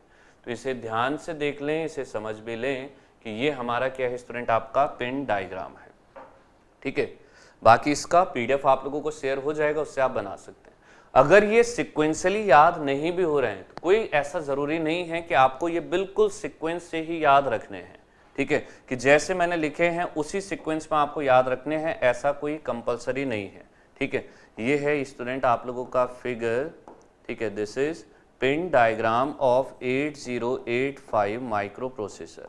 ठीक है, ये क्या स्टूडेंट आपका पिन डायग्राम है, किसका, पिन डायग्राम ऑफ, ठीक है, किसका पिन डायग्राम आपका, ऑफ 8085 माइक्रो प्रोसेसर यूनिट। ठीक है, ये किसका पिन डायग्राम आपका, 8085 माइक्रो प्रोसेसर का पिन डायग्राम है। ठीक है, चलिए, तो ये जरूरी नहीं है कि आपने इसको बाय सीक्वेंस याद रखा या आपको ये पिन डायग्राम याद है या नहीं है, वो मुद्दा नहीं है, वो इंपॉर्टेंट बात नहीं है। इंपॉर्टेंट बात क्या है वो आप मेरे साथ देखिए। ठीक है, हमने सबसे पहले क्या कहा, फर्स्ट हेडिंग लिखिएगा, यहाँ पर आपने लिख भी ली होगी, बना दिया क्योंकि डायग्राम 8085। ठीक है, 8085 माइक्रो प्रोसेसर का पिन डायग्राम, 8085 माइक्रो प्रोसेसर का पिन डायग्राम। ठीक है, 8085 माइक्रो प्रोसेसर का पिन डायग्राम। ठीक है, कि इसका हम क्या देख रहे हैं, यहाँ से पिन डायग्राम देख रहे हैं। ठीक है, जिन्होंने नहीं बनाया है, ठीक है, वो कंफ्यूज ना हो, अभी मैं दिखाऊंगा डायग्राम आपको, अभी बनाते रहिएगा आराम से, हम साथ के साथ उसको समझते हुए भी चलते हैं ना। ठीक है, तो माइक्रो प्रोसेसर 8085 का पिन डायग्राम, ये 8085 माइक्रो प्रोसेसर का पिन डायग्राम। सबसे पहला और सबसे महत्वपूर्ण क्वेश्चन एग्जामिनर का, कितने पिन की आईसी होती है आपकी, तो आपने कहा कि सर ये 40 पिन की आईसी होती है। ठीक है, इस आईसी में कितनी पिन होती हैं आपकी, 40 पिन होती हैं। अब कई स्टूडेंट ऐसे भी हैं जिन्हें आईसी की फुल फॉर्म भी नहीं पता है, तो ये होता आपका, और आपके TG2 में पूछी जा चुकी है, इंटीग्रेटेड सर्किट। ठीक है, क्या होता है, इंटीग्रेटेड सर्किट। तो सबसे पहली बात लिखी हमने, ये कितने पिन की आईसी होती है, 40 पिन की आईसी होती है, देखा हमने। ठीक है, कि टोटल कितने पिन है, 20 एक साइड है, 20 दूसरी साइड है, तो ये कितने पिन की आईसी है स्टूडेंट आप लोगों की, 40 पिन की आईसी होती है। ठीक है, इतना अच्छा। दूसरी बात आती है, ठीक है, कि कुल ऐसी कितनी पिन्स हैं जिनकी डायरेक्शन या जिनकी दिशा अंदर को है। ठीक है, तो अब ध्यान से देखिएगा, अगली जो बात आती है, नेक्स्ट पॉइंट में लिख रहा हूं, वो पिन्स जिनकी दिशा कैसी है आपकी,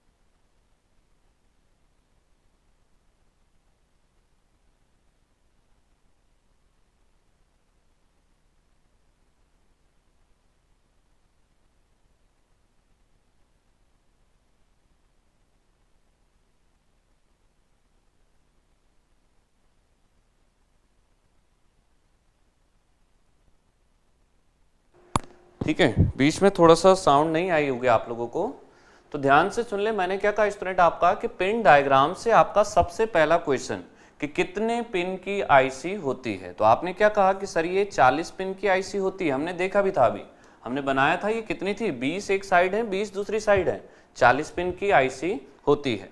दूसरी बात हम अब क्या लिख रहे हैं, कि कुल ऐसी पिन जिनकी दिशा कैसी है, बाहर को है, कि total number of pins outward direction.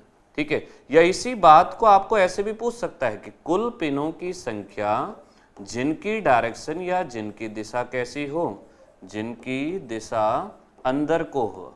ठीक है, जिनकी डायरेक्शन कैसी हो आपकी, अंदर को हो, इनवर्ड हो। ठीक है, जिनकी डायरेक्शन कैसी है स्टूडेंट आप लोगों की, अंदर को है या अंदर है। ठीक है, अब मेरे साथ देखो जरा, हमने क्या कहा कि बाहर वाली गिननी है ना, पहले गिनो जरा। हमने कहा 1 2 3 4 5 6 7 8 9 10 11 12, 13, 14, 15, 16, 17, 18, 19, 20, 21, 22, 23, 24, 25, 26, 27। ठीक है, कितनी निकली आपकी? 27 निकली है। इसका मतलब ऐसी पिन्स जिनकी डायरेक्शन बाहर को है, ऐसी कितनी पिन है आपकी? ऐसी हमारे पास टोटल जो पिन्स हैं वो है आपकी 27। ठीक है, तो ये बहुत ही महत्वपूर्ण क्वेश्चन भी अक्सर एग्जामिनेशन में पूछता भी है कि टोटल नंबर ऑफ पिन्स जिनकी डायरेक्शन कैसी होती है आपकी? बाहर को होती है। ठीक है, तो total number of pins outward directed या डायरेक्शन आउटवर्ड। ठीक है, तो कितनी होती है आपकी? 27। अब अगली बात आती है कि अंदर को कितनी पिन्स की है? 1, 2, 40 में से 27 मत घटा देना, ध्यान से देखना। 8 ऐसी पिन थी जिनकी डायरेक्शन दोनों है, तो ये दोनों में कॉमन आएंगी। 1, 2, 3, 4, 5, 6, 7, 8, 9, 10, 11, 12, 13, 14, 15, 16, 17, 18, 19 और 20 और 21। तो टोटल ऐसी पिन्स जिनकी दिशा अंदर को है वो कितनी है आपकी? 21 है। तो टोटल इनवर्ड पिन जो है आप लोगों की, ठीक है, इंग्लिश वाले स्टूडेंट ध्यान से सुनिएगा। ठीक है, ये जो हमने लिखा है बाहर को कहने का मतलब है स्टूडेंट आप लोगों का कि टोटल नंबर ऑफ पिन्स की बात हो रही है आउटवर्ड्स। ठीक है, कि जो बाहर को है। ठीक है, यहां बात आ जाएगी अंदर को कहने का मतलब आपका कि total number of pins inwards. ठीक है, कि जिनकी डायरेक्शन कैसी है आपकी? अंदर को है। तो बाहर को जो टोटल पिन है वो आपकी 27 है और अंदर की जिनकी डायरेक्शन है वो कितनी है आपकी? 21 है। अब कई स्टूडेंट दिमाग लगा भी रहे हैं, आप लोग कमेंट्स में लिख भी रहे हैं कि कैसे बात आ जाती है कि 27 और 21 को अगर मैं जोड़ता हूं तो सर ये तो कुछ ज्यादा नहीं बन रहा है, ये बनेगा आपका 48, 48। अब कहीं ना कहीं दिमाग में तारे दिखने लगे। क्यों? सर ने सबसे पहले कहा कि 40 पिन की आईसी है और अब जब ये बातें लिखाने लगे तब आईसी बना दी 48 पिन्स की। तो मेरे भाई एक बात आपने गौर की होगी कि 8 पिन मेरी ऐसी हैं जो दोनों में क्या है? वो बाहर को भी काउंट हुई और वो अंदर को भी काउंट हुई। तो इसका मतलब अब आपका एक क्वेश्चन ये भी तो तैयार हो गया कि कुछ पिन ऐसी हैं जो कॉमन पिन है, जो अंदर की डायरेक्शन में भी यूज हो रही है और बाहर को भी यूज हो रही है। तो आपने कहा total number of pins, total number of common pins. ठीक है, कि कुल कॉमन पिन कितनी है? Total number of common pins. तो टोटल कॉमन पिन कितनी आपकी? 8 है। तो 48 में से 8 घटाएंगे कितना बचेगा आपका? फिर से 40 बच जाएगा। ठीक है, तो एक क्वेश्चन ये भी तैयार हो गया कि 8 पिन कैसी होती है आपकी? कॉमन होती है। क्या कहा? मेरे साथ बोलते रहें कि 8 पिन कैसे होती है हमारी? पिन डायग्राम में 8 पिन्स हमारी कॉमन होती हैं। ठीक है, कॉमन कहने का मतलब कि वो पिन डेटा पिन की तरह भी काम करती हैं और एड्रेस की तरह भी। या आप कह सकते हैं कि उनकी दिशा बाहर को भी होती है और अंदर को भी होती है। ठीक है, अगली बात आती है स्टूडेंट आप लोगों की। अगला क्वेश्चन अगर मैं अब यहीं से लिखता हूं तो आपको क्वेश्चन पूछता है कि किस नंबर की पिन पर वोल्टेज या सप्लाई दी जाती है। ठीक है, तो आप क्या कहेंगे? आपने डायग्राम देखा कि सर ने कहां दिखाया था? वीसीसी दिखाया था 40 नंबर की पिन पर। तो आपने क्या कहा? पिन नंबर 40 पर। ठीक है, पिन नंबर 40 पर। ठीक है, पिन नंबर 40 पर क्या होता आपका? वीसीसी, या आप कह सकते हैं सप्लाई लगी होती है। ठीक है, यह सप्लाई लगाई जाती है। तो पिन नंबर 40 पर क्या होती है? सप्लाई लगाई जाती है। सप्लाई लगाते ही दिमाग में सीधे बात आती है कि यहां सप्लाई लगा दी तो ग्राउंड कहां से लेंगे? ठीक है भाई, कभी भी सप्लाई देखते हैं या देते हैं तो हम लोग इलेक्ट्रिकल वाले हैं, ग्राउंड भी देखते हैं सबसे पहले। तो फिर दूसरी बात लग कर आई कि सर ग्राउंड किस नंबर की पिन पर होगा? तो हमने यहां से देखा कि पिन नंबर 20 पर क्या होता है स्टूडेंट आपका? ग्राउंड होता है। ठीक है, तो कहने का मतलब क्या है कि यहीं से अगर मैं लिखूं कि पिन नंबर 20 पर, एक और क्वेश्चन तैयार मेरा कि पिन नंबर 20 पर, ठीक है, पिन नंबर 20 पर क्या होता है स्टूडेंट आप लोगों का? ग्राउंड होता है, GND। ठीक है, जिसे हम क्या कहते हैं? ग्राउंड कहते हैं। कि पिन नंबर 20 पर क्या लगा होता है स्टूडेंट आप लोगों का? ग्राउंड लगा होता है। ये ग्राउंड पिन हमारी कौन सी होती है? पिन नंबर 20 होती है। ठीक है, इतना तो ये के हमारे कुछ महत्वपूर्ण क्वेश्चंस हैं। अब बात आती है स्टूडेंट आपकी कि एक क्वेश्चन ऐसे भी पूछता है कुल एक्टिव लो पिन्स की संख्या, total number of active low pins, कुल एक्टिव लो पिन्स। ठीक है, तो क्या कहा आपका, total number of active low pins. Active low कहने का मतलब होता है जिनके ऊपर बार लगा हुआ है जो जीरो या लो लॉजिक पर काम करते हैं। एक INTA बार, 2, 3, 4 और एक कोई रह गया। कौन सा रहा है, तो वो रहा है आप लोगों का रीसेट इन। ठीक है, रीसेट इन पर हमेशा याद रखिएगा कि रीसेट इन भी क्या होता है आपका, एक्टिव लो पिन होता है। तो यहां पर बार लगा दीजिएगा। तो टोटल कितने निकले आपके, आपने देखा एक ये है, ठीक है, इधर और कोई नहीं है। यहां से चले 2, 3, 4 और 5। तो एक्टिव लो पिन्स की जो संख्या होती है या कुल एक्टिव लो पिन्स जो होती हैं वो कितनी होती हैं आपकी, यहीं से अगर मैं देखता हूं कि एक्टिव लो पिन्स की संख्या 5 होती है। अगर आपसे एग्जामिनर ने ये भी क्वेश्चन पूछ दिया कि वो 5 कौन सी होती हैं एक्टिव लो पिन, ठीक है, तो फिर आप क्या कहेंगे कि 5 एक्टिव लो पिन्स जो हैं उनके नाम कुछ इस प्रकार से हैं। ठीक है, सबसे पहले हमने कहा INTA का बार। ठीक है, INTA बार आ गया, फिर आ गया आपका WR बार। ठीक है, फिर बात आ गई RD बार। ठीक है, फिर बात आ गई आपकी IO/M बार। ठीक है, फिर बात आ गई स्टूडेंट आप लोगों की यहीं से रीसेट इन बार।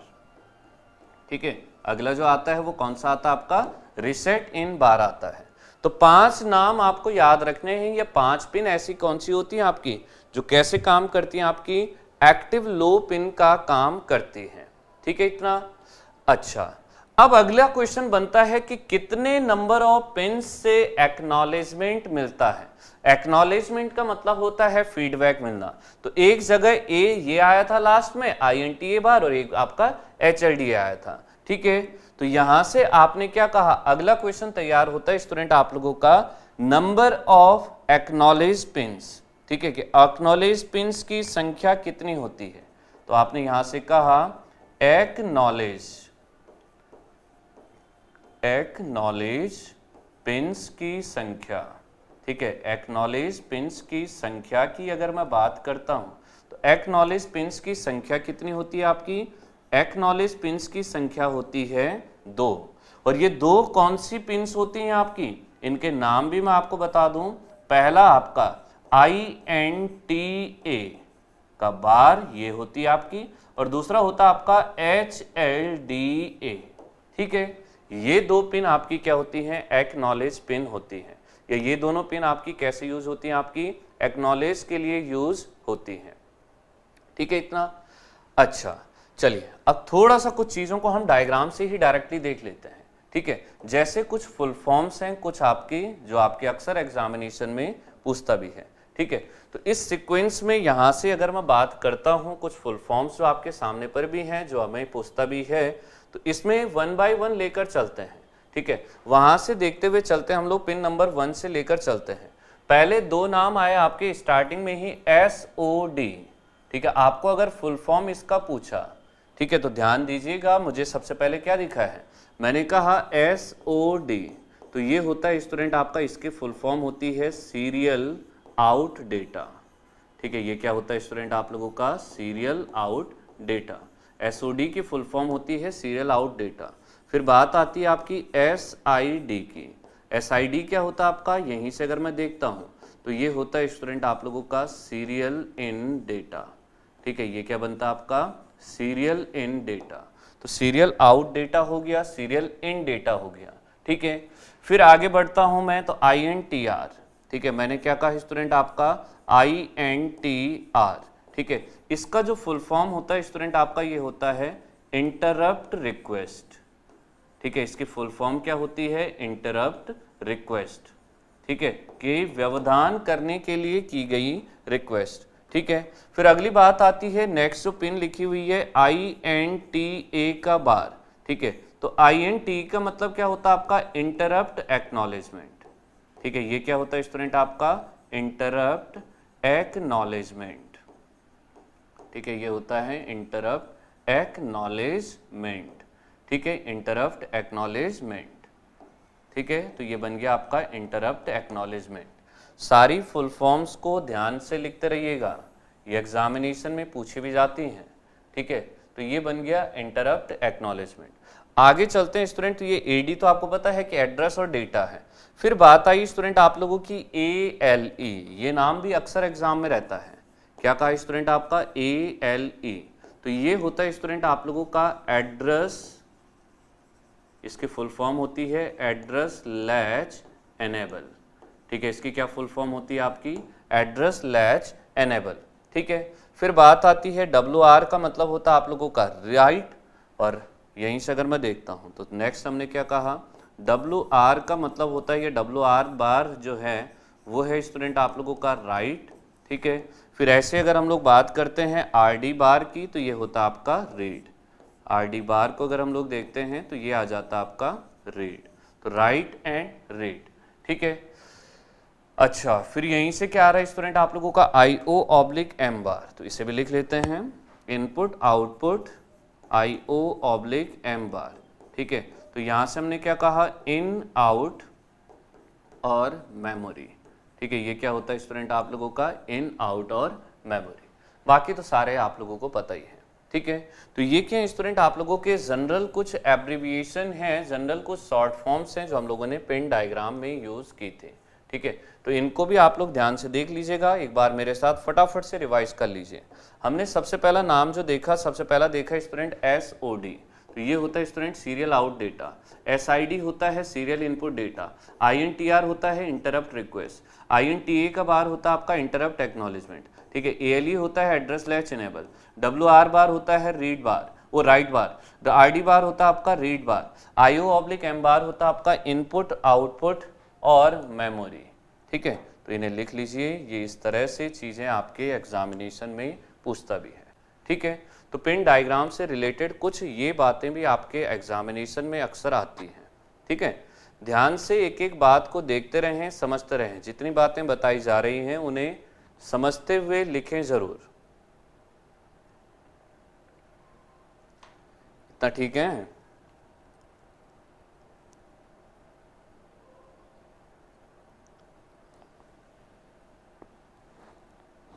अरे क्लियर है इतना?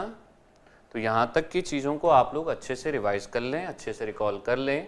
इससे आगे की कहानी को देखते हैं हम लोग नेक्स्ट क्लास में, अगले क्लास में। तो इस वीडियो को आप लोग ज़्यादा से ज़्यादा लाइक और शेयर ज़रूर करें, और अपने एग्ज़ाम के लिए स्टूडेंट जितनी बातें आपको बताई जा रही हैं पॉइंट टू पॉइंट अच्छे से समझते हुए लिखें भी और दिमाग में भी ज़रूर बिठाएं। ठीक है, कोई डाउट रहता है तो आप लोग चाहें तो ऑफलाइन कमेंट्स में भी लिख सकते हैं। ठीक है, चलिए आज के लिए थैंक यू स्टूडेंट्स।